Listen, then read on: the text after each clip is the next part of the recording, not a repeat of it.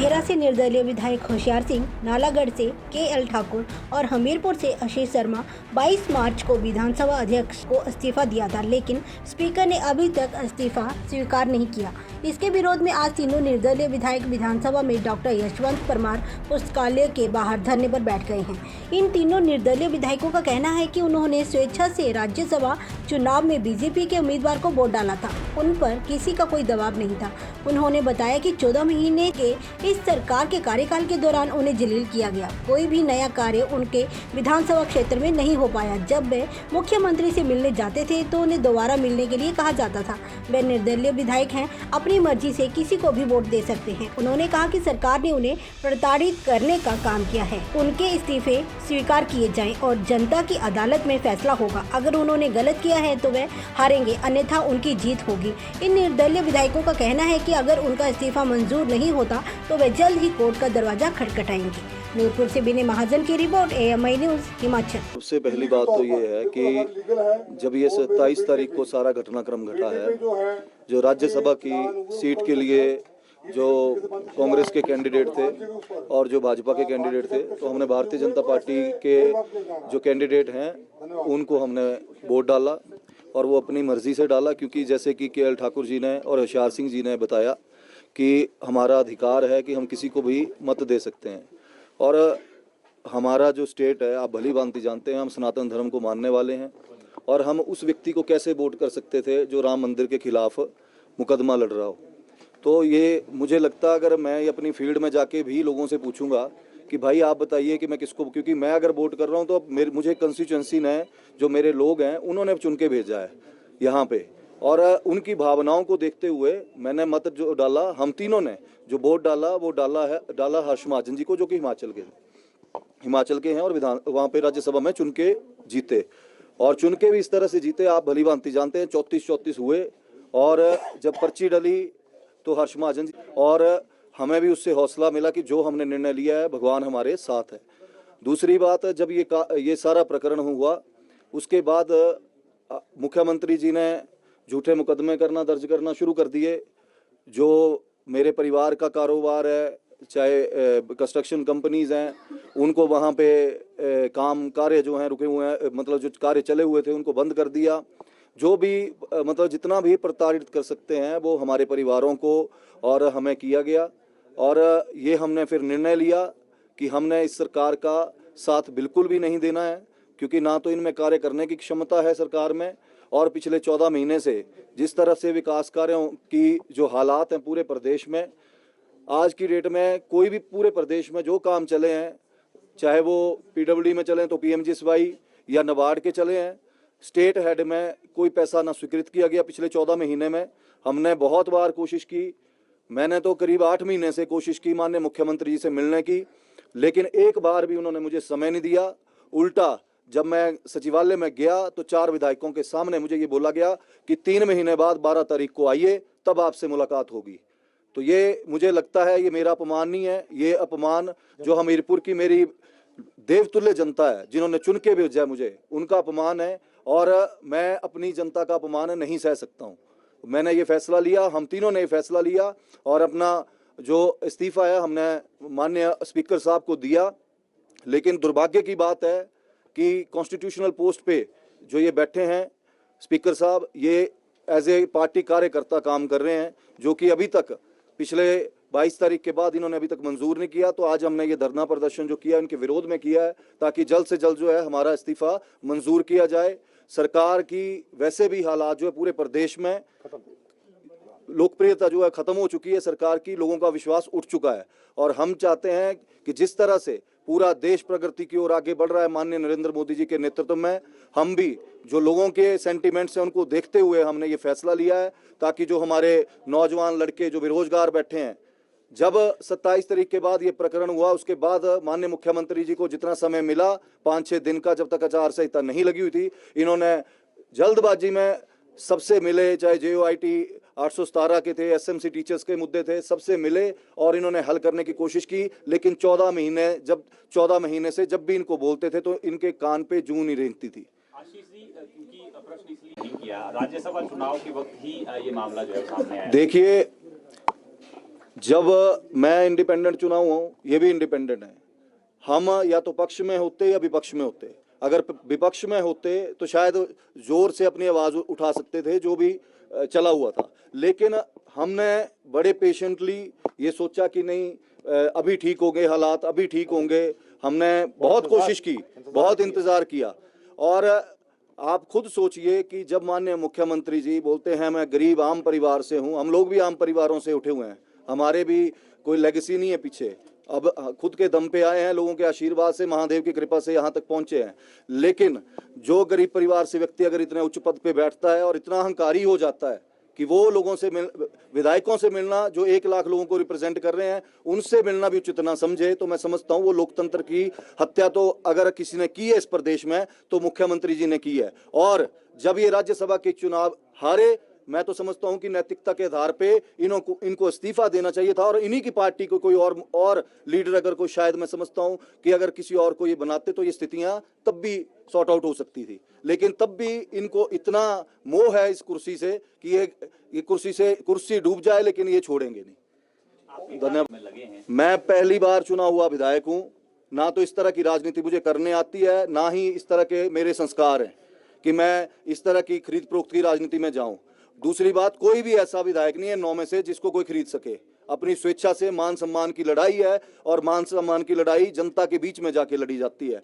अगर इतना ही प्रदेश सरकार को और मुख्यमंत्री जी को अपने ऊपर भरोसा है तो इस्तीफा मंजूर करें, और मुख्यमंत्री जी के गृह जिले से हूं मैं, वहां पे आए, चुनाव प्रचार करें, लोगों के बीच में जाएं। लोकतंत्र है और लोग ही फैसला करते हैं कि हमने गलत किया कि सही किया है। और अगर हमने गलत किया होगा तो हम हारेंगे और नहीं आएंगे, और अगर सही किया होगा तो लोग इनको बताएंगे कि क्या इनके कर्म है, जो इनको कर्मों का जो लेखा जोखा है वो यहीं पे बहुत जल्द देना पड़ेगा। और इसके अलावा एक और भी बात है, तो सर भी बैठे हैं और जिस तरह से होशियार जी ने कहा कि कई तरह के प्रेशर भी बनाए जा रहे हैं, आपको क्या लगता है, क्या पीछे सोच लग रही है, क्या वजह क्या लग रही है, क्यों इस्तीफा स्वीकार नहीं कर रहे हैं? बिल्कुल ठीक कह रहे हैं। होशियार जी ने बताया कि हम जो 3 निर्दलीय विधायक है, हमने अपनी मर्जी से, स्वेच्छा से विधानसभा के सदस्य से इस्तीफा दिया 22 तारीख को। नॉर्मली जो होता है इस्तीफा जो होता है 24 घंटे के अंदर जो माननीय अध्यक्ष महोदय होते हैं विधानसभा के, स्वीकार करते हैं, और करना चाहिए क्योंकि संवैधानिक पोस्ट है। हम बहुत मान सम्मान करते हैं अध्यक्ष महोदय का, परंतु साथ में बड़ा दुख है कि इसको बिना मतलब से एक राजनीतिक रंग दिया जा रहा है। ठीक है, हम मानते हैं स्पीकर भी एक पार्टी से होते हैं पहले, जब विधानसभा का अध्यक्ष को बना दिया जाता है तो वो सब सदस्य जो होते हैं सबके संरक्षक बन जाते हैं। ये हमेशा एक हिस्ट्री बनेगी, हिस्ट्री बनती है कि किस स्पीकर ने विधानसभा का स्पीकर रहते हुए क्या क्या कार्य कैसे किए हैं। जो पहले उनका कार्य उस पर मैं प्रश्न नहीं करना, अच्छा कार्य वो अच्छा सहयोग दिया उन्होंने, परंतु अब अचानक हमें नहीं समझ आता क्यों ऐसा वो कर रहे हैं। ठीक है, उनको जितना करना चाहिए तो उन्होंने कर लिया। 1 हफ्ता हो गया, हमने रिमाइंडर भी दिया कि हमारे स्पीकर जो रिजाइन स्वीकार करिए, परंतु अभी तक कोई उसका ना तो स्वीकार तो नहीं किया, परंतु साथ उसके उल्टा हमें नोटिस थमा दिया। उसमें जैसे होशियार जी ने बताया कि उसमें अलग अलग बातें हैं कि आप प्रेशराइज हो रहे हैं, आपको राज्यसभा में ऐसे वोट डालिए, आपने आपको इलेक्ट किया गया, ये किया वो किया गया।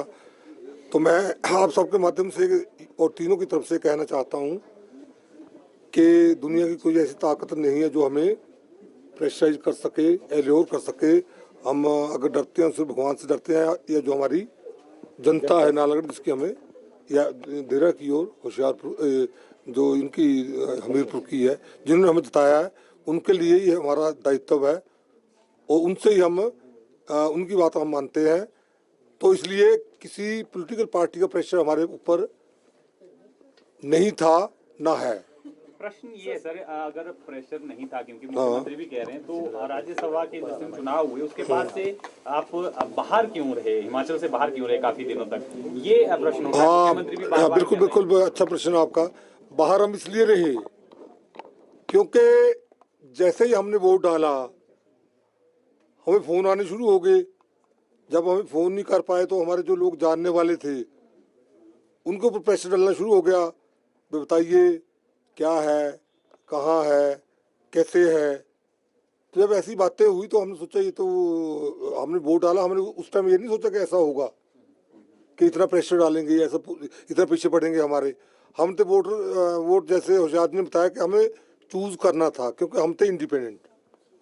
ठीक है, सपोर्ट हमने सरकार को किया था, हम कांग्रेस पार्टी थोड़ी ज्वाइन की थी, सरकार को सपोर्ट किया था issue based in the interest of हमारी रिस्पेक्टिव कंस्टिट्यूएंसीज, उनके लोगों के हित में कि वहाँ लोगों के विकास के कार्य होंगे, हमारे युवाओं को नौकरियाँ मिलेंगी जो मिलनी चाहिए, जो जिसके पात्र हैं, विकास के कार्य होंगे। क्योंकि हमें लोगों ने चुना था, हमने कार्य करवाए थे और आगे इसलिए चुना आगे कार्य करवाएंगे। तो हमने जनहित में, अपनी कंस्टिट्यूंसी के हित में, हमारी कंस्टिट्यूंसी में विकास के कार्य हों, वहाँ हमारे युवाओं को, क्योंकि हमारी सरकारी नौकरियाँ भी मिले और प्राइवेट सेक्टर में भी, क्योंकि जो हमारी इंडस्ट्री है वहाँ, तो वहाँ भी नौकरी मिले। परंतु हुआ बिल्कुल उल्टा। मैं ये कह सकता हूँ 14 महीने में एक भी विकास कार्य अपनी कंस्टिट्यूंसी से कह सकता हूँ, मैं अपने दूसरे निर्दलीय भाई इनसे बहुत डिस्कस करता हूँ, एक भी विकास कार्य नहीं करवा पाई सरकार। वो जो कार्य हो रहे हो पिछली सरकार के समय के जो स्वीकृत थे वही कार्य हुए। नए ढंग से एमएलए फंड के अलावा कोई भी कार्य नहीं किया। एमएलए फंड का भी हमेशा यही करते हैं कि रोकने की कोशिश करते थे, जब प्रेशर डलता था तब वो रिलीज करते थे। तो ये जब सारी ऐसी बातें थी तो हमें मुझे नहीं लगता था कि हम ऐसी सरकार के समय विधायक रहते, हम विधायक रहें और विधायक रहते हुए 5 साल बाद लोगों के पास जाएं तो लोग कहेंगे ठीक है जी, आपने बड़े काम किए थे पहले 5 साल बेशक पिछले 5 साल भाजपा की सरकार थी, हम विधायक नहीं भी थे। होशियार जी जो थे, अपने आशीष जी थे, ये एक्टिव थे, मतलब पॉलिटिकली विधायक नहीं थे परंतु लोगों का काम करवाते थे सरकार से उस टाइम। तो उस टाइम हमने खूब काम करवाए। जब खूब काम करवाए तो तभी लोगों ने जिताया हमें। तो 5 साल लोगों को उम्मीद थी कि और काम करवाएंगे ये। 5 साल बाद जब हमने जाना था, 14 महीने का जो हमने देखा ना कि हो नहीं रहा कुछ, तो उस समय हमने क्या बताना, 5 साल क्या किया हमने। तो हमारे लिए अच्छा समय था। राज्यसभा में हमने अंतरात्मा की आवाज पे को अपना इस्तीफा सौंपा था स्पीकर साहब को, और स्पीकर साहब को हमने अपना इस्तीफा सौंप दिया था। और 23 तारीख को हमने जो है पार्टी ज्वाइन कर ली थी, भाजपा पार्टी भी हमने ज्वाइन कर ली। और बार बार निवेदन के बाद भी जो है स्पीकर साहब जो है हमारा इस्तीफा जो है मंजूर नहीं कर रहे हैं। और एक हमें नोटिस प्राप्त हो गया इनकी ओर से, एक लंबा चौड़ा इन्होंने एक कहानी लिख दी उसके अंदर कि आप 3 निर्दलीय विधायक जो है किसी के दबाव में, 4-5 और कांग्रेस के विधायकों ने हमारी कंप्लेंट की है, जो अभी हमें नोटिस प्राप्त हुआ है कि हमें दबाव में ये इस्तीफ़ा दिया है या हमारे पर कोई और किसी का दबाव है। तो हम ये बताना चाहते हैं कि हमने अपने स्वेच्छा से इस्तीफ़ा दिया है, हम पर किसी का दबाव नहीं था और ना ही हमें कोई ल्यूर किया गया। तो ऐसे ऐसे जो आरोप लगाए जा रहे हैं हमारे पर, तो जो कि ये बिल्कुल गलत है। स्पीकर एक कॉन्स्टिट्यूशनल पोस्ट है और स्पीकर जो है अपने किसी के दबाव में आकर के अगर ऐसी नोटिस इश्यू करता है तो वो एक किस्म से लोकतंत्र की हत्या है। और बार बार आग्रह करने के बाद भी जो है, बार बार ईमेल करने के बाद, बार बार उनको रिपीटेड रिमाइंडर देने के बाद भी स्पीकर साहब ने कोई इस पर कार्रवाई नहीं की और उसके अवेज में एक हमें नोटिस निकाल दिया कि आप एक्सप्लेनेशन दो कि आपने इस्तीफा क्यों दिया। भाई हम इंडिपेंडेंट है, हम किसी पार्टी से बंधे हुए थोड़ी है। हमने जब इलेक्शन लड़ा था तो आपने अपना पार्टी का कैंडिडेट दिया था, हम उनको हरा करके आए हुए यहाँ पर। अगर इंडिपेंडेंट पार्टी के होते तो आप उससे एक्सप्लेनेशन मांग सकते हैं। आप एक इंडिपेंडेंट से आप कैसे एक्सप्लेनेशन मांग सकते हैं, आप बताएं मुझे। अगर कोई इंडिपेंडेंट एमएलए जीत करके आया है, उससे एक्सप्लेनेशन मांगने का कोई आवश्यकता नहीं है। स्ट्रेट फॉरवर्ड जब हमने अपना इस्तीफा दे दिया तो उनको मंजूर करके इलेक्शन कराने चाहिए। अब ये इलेक्शन से क्यों डर रहे हैं, क्या कारण है कि इस्तीफा मंजूर नहीं कर रहे हैं, ये इसी के विरोध में आज हम यहाँ बैठे हैं कि ये लोकतंत्र की हत्या ना करें, तुरंत हमारा इस्तीफा जो है मंजूर करें और पब्लिक मैंडेट लिया जाए, इलेक्शन किया जाए तीनों कॉन्स्टिट्यूंसी में, दूध का दूध पानी का पानी सामने आ जाएगा। खुशियार जी, ये कह रहे हैं कि आपको जो है 5 साल के लिए चुन के भेजा गया था, ऐसी क्या नौबत आई कि 1.5 साल में इस्तीफा देना पड़ा आपको? पिछले 14 महीने में क्या हालात हुई है हमारे, कितनी हमारे को जो बेइज्जती हुई है हमारी, कितने हमारे मान सम्मान को जो है ठेस पहुंची है। ये ठेस मुझे नहीं पहुंची है, मेरे लोगों को पहुंची है, मेरी जनता को पहुंची है। हम अपॉइंटमेंट मांगते रहे, हमें 14 महीने अपॉइंटमेंट नहीं मिली। जो अनाउंसमेंटें की, एक अनाउंसमेंट पूरी नहीं हुई। ऐसे तो कई वारदातें जो हम आपको बता सकते हैं। मेडिकल फाइलें क्लियर नहीं हुई, कोई 1 लाख रुपया मांगने जाते तो बोलते हैं हमारे पास पैसा नहीं है, हमारी स्थिति ठीक नहीं है। अपने एमएलए को वो देते रहे जो पार्टी के, जबकि हम 3 इंडिपेंडेंट, हमें हमारा कोई कार्य नहीं हुआ। हमारे ऊपर लोगों को बिठा दिया गया जिनके बोलने पे कार्य होते हैं, जो अनकॉन्स्टिट्यूशनल था। तो ये सारी चीजें देखने के बाद मजबूर होकर के हमने हाथ जोड़ दिए कि हमें इस सरकार के साथ इस पोस्ट पे बैठने का कोई अधिकार नहीं है यदि हम अपना जनता का कार्य ना करें। 3.5 साल बचे हैं, जब हम अपनी जनता के पास जाएंगे, जनता पूछेगी कि आपने क्या कार्य किए, हम क्या जवाब देंगे जनता को? हम ये बोलेंगे कि हमारी बेइज्जती होती रही, हम बाहर चिट्ठी लेके बैठे रहते थे, अंदर जाने की परमिशन नहीं मिलती थी, बोलते थे अगले महीने मिलेंगे, अगले महीने मिलेंगे, 15 दिन बाद मिलेंगे, मिलने का समय नहीं मिलता था। तो इतनी जो हमारी जलीलियत हुई है इन 14 महीनों में, तो हमने नैतिक अपना मन बनाया कि हम इस सरकार के साथ बिल्कुल नहीं, और इस कुर्सी पे भी नहीं बैठने का हमें अधिकार नहीं है। इस कुर्सी पे बैठने का, जो जनता की दी हुई कुर्सी है, जनता के आशीर्वाद से हम इस कुर्सी पे बैठे हैं, और यदि हम जनता का कार्य नहीं कर सके तो हम इस पे बैठने का हमें कोई अधिकार नहीं है। आपका इस्तीफा भी स्वीकार नहीं होता है जी, अगला कदम क्या रहने वाला है? ये मैं साफ शब्दों में बताना चाहूंगा कि अगला कदम हम कोर्ट में जाएंगे, और कोर्ट से फिर हम आग्रह करेंगे कि हमने अपने इच्छा से, हम जब इस्तीफा दे रहे हैं और हमने इस पार्टी को, हमने भारतीय जनता पार्टी ज्वाइन कर ली, और हम जो है अपने कार्यकर्ता के रूप में जाकर के लोगों का कार्य करेंगे, केंद्र मजबूत है, तो हमारा प्रदेश पीछे को जा रहा है, तो हमने कोर्ट में जाना है, और कोर्ट से आधे जो है पीएल फाइल करनी है कि भाई ये जो स्पीकर साहब है ये कॉन्स्टिट्यूशनल पावर का मिसयूज कर रहे हैं, और आप आदेश दें और इस जो है हमारा इस्तीफा मंजूर करें। हाईकोर्ट जाएंगे या सुप्रीम कोर्ट जाएंगे? जैसे भी स्थिति बनती है, जैसे भी, बस तुरंत जाएंगे, तुरंत जाएंगे। अभी जो नोटिस जारी किया है आपको, उसमें कुछ टाइम मांगा है उन्होंने? उन्होंने हमें 10 तारीख का टाइम दिया है, और उस नोटिस को मैं थोड़ा सा कुछ शब्दों में पढ़ करके सुनाऊंगा, उसी से सामने साफ बातें आपके सामने आ जाएगी कि 22 तारीख को हमने इस्तीफा दिया, और 3 इंडिपेंडेंटों ने जो कांग्रेस को सपोर्ट दिया था उनको बीजेपी ने ल्यूर किया इलीगल तरीके से, थ्रेट से, फोर्स से, और पूरे दबाव से। उन्होंने राज्यसभा में जो है जो वोटिंग जो है वो पार्टी के निर्णय के विरुद्ध कराई। अब आप बताएं कि इंडिपेंडेंट को अधिकार नहीं है? आज एक राज्यसभा का कैंडिडेट जो है बाहर रहा है, एक लोकल है, तो हमने अपने अंतरात्मा से लोकल व्यक्ति को हमने वोट दिया, और हमारा अधिकार है, वो हमारा अधिकार है। सिर्फ उस बात से जो है सरकार नाराज होती है और आशीष भाई के ऊपर एफआईआर लॉन्च करती है, केएल ठाकुर के भाई और बेटे के ऊपर एफआईआर लॉन्च होती है, इनके कारोबार बंद हो जाते हैं, इनके घरों में पुलिस पहुंच जाती है और अधिकारी पहुंच जाते हैं। तो ये इस पूरे जो है कॉन्स्टिट्यूशन का, पूरे डेमोक्रेटिक का, पूरे लोकतंत्र का जो है गला घुटा गया। तो ये कारण है। क्या फिर अब 10 तारीख का इंतजार करेंगे? उससे पहले बिल्कुल नहीं करेंगे, क्योंकि हम इंडिपेंडेंट हैं, हम किसी पार्टी के बंधे हुए नहीं है जो हम इनको जवाब देंगे। हम क्यों इनको जवाब दें? हमको इनके पार्टी के थोड़ी बंधे हुए, हम अपनी स्वेच्छा से हमने इस्तीफा दिया है।